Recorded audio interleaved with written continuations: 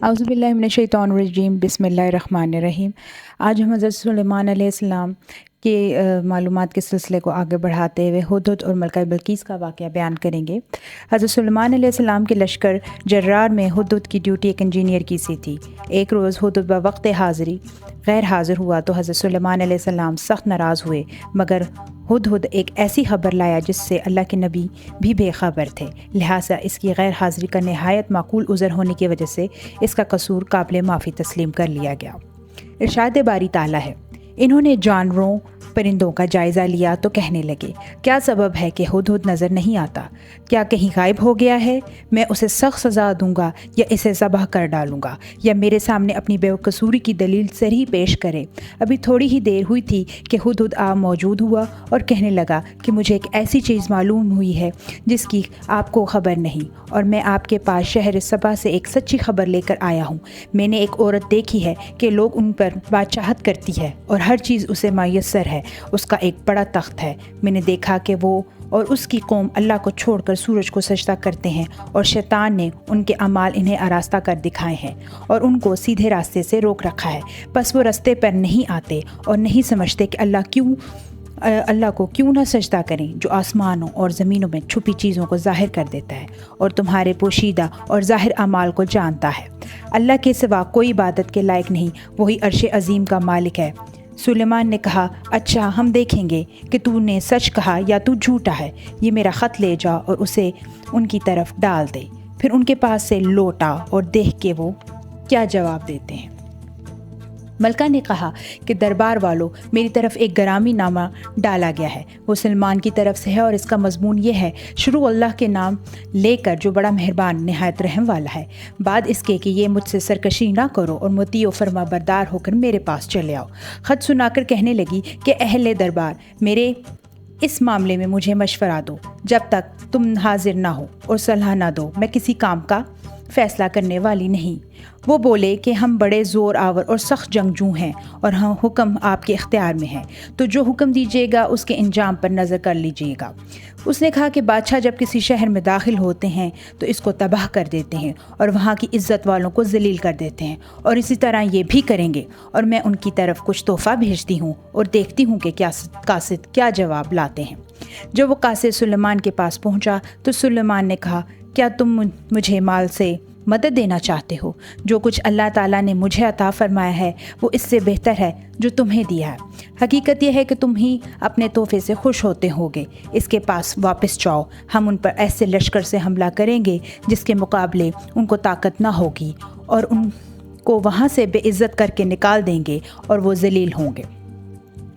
ان آیات میں اللہ تعالیٰ نے حضرت سلیمان علیہ السلام اور ہدہد کا واقعہ بیان کیا ہے۔ حضرت سلیمان علیہ السلام کی فوج کے تمام پرندوں کے اپنے اپنے لیڈر اور کمانڈر تھے جو روزانہ اپنے اپنے وقت پر آپ کی خدمت میں حاضر ہوتے تھے۔ ہدہد کا فرض منصبی یہ تھا کہ سفر کے دوران میں کسی بنجر مقام پر پانی کی ضرورت محسوس ہوتی تو بتاتا تھا کہ کہاں کھدائی کرنے پر پانی مل سکتا ہے۔ اس کے بتانے پر فوجی کھدائی کر کے پانی حاصل کر لیتے تھے۔ ہدہد نے حضرت سلیمان علیہ السلام کو ملکہ سبا کی سلطنت کے بارے میں بتایا۔ یہ سلطنت یمن میں تھی۔ حضرت سلیمان علیہ السلام کے زمانے میں اس کی حکمران شاہی خاندان کی ایک عورت تھی، کیونکہ سابق بادشاہ کا کوئی بیٹا نہیں تھا جو بادشاہ بن سکتا۔ حضرت ابو ہریرہ رضی اللہ عنہ سے روایت ہے کہ جب نبی کریم صلی اللہ علیہ وآلہ وسلم کو ایران کی حکومت پر ایک عورت کے فائز ہونے کی خبر ملی تو آپ نے فرمایا، وہ قوم کبھی فلاح نہیں پائے گی جس نے عورت کو حکمران بنا لیا۔ ارشاد باری تعالیٰ کا مطلب یہ ہے کہ جسے ہر چیز سے کچھ نہ کچھ دیا گیا ہے، اسے ہر وہ چیز ملی ہے جو بادشاہوں کے پاس ہوا کرتی ہے، اور اس کا تخت بھی بڑی عظمت والا ہے۔ اس کے تخت میں طرح طرح کے ہیرے جواہرات اور موتی لگے ہوئے ہیں، اور وہ سونے سے مزین تھا۔ جب قاصد اس قدر سخت جواب لے کر واپس پہنچا تو انہیں اطاعت قبول کرنے کے سوا کوئی چارہ نظر نہ آیا، چنانچہ وہ ملکہ سمیت حضرت سلیمان علیہ السلام کی خدمت میں حاضر ہو کر اظہار اطاعت کرنے کے لیے روانہ ہو گئے۔ جب حضرت سلیمان علیہ السلام کو یہ اطلاع ملی تو آپ نے اپنے فرما بردار جنوں سے مخاطب ہوئے، اے دربار والو، کوئی تم میں ایسا ہے کہ قابل اس کے کہ وہ لوگ فرما بردار ہو کر میرے پاس آئیں، ملکہ سبا کا تخت میرے پاس لے آئیں؟ جنات میں سے ایک قوی ہیکل جن نے کہا، قبل اس کے کہ آپ اپنی جگہ سے انہیں اٹھیں میں اس کو آپ کے پاس لا حاضر کرتا ہوں۔ اور میں اس کے اٹھانے کی طاقت رکھتا ہوں اور امانت دار ہوں۔ ایک شخص جس کو کتاب الہی کا علم تھا کہنے لگا، میں آپ کی آنکھ کے جھپکنے سے پہلے اس کو آپ کے پاس حاضر کیے دیتا ہوں۔ جب سلیمان نے تخت کو اپنے پاس رکھا ہوا دیکھا تو کہا، یہ میرے پروردگار کا فضل ہے تاکہ مجھے آزمائے کہ میں شکر کرتا ہوں یا کفران نعمت کرتا ہوں، اور جو شکر کرتا ہے تو اپنے فائدے کے لیے شکر کرتا ہے، اور جو ناشکری کرتا ہے تو میرے پروردگار بے پرواہ اور کرم کرنے والا ہے۔ سلیمان نے کہا کہ ملکہ کے امتحان عقل کے لیے اس تخت کی صورت بدل دو تاکہ دیکھیں کہ وہ سوجھ بوجھ رکھتی ہے یا ان لوگوں میں سے ہے جو سوجھ نہیں رکھتے۔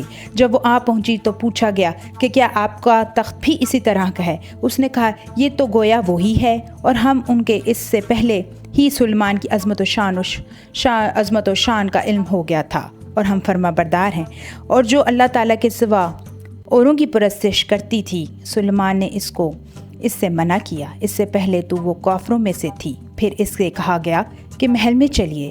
جب اس نے فرش کو دیکھا تو اس پانی کا حوض سمجھا اور کپڑا اٹھا کر اپنی پنڈلیاں کھول دیں۔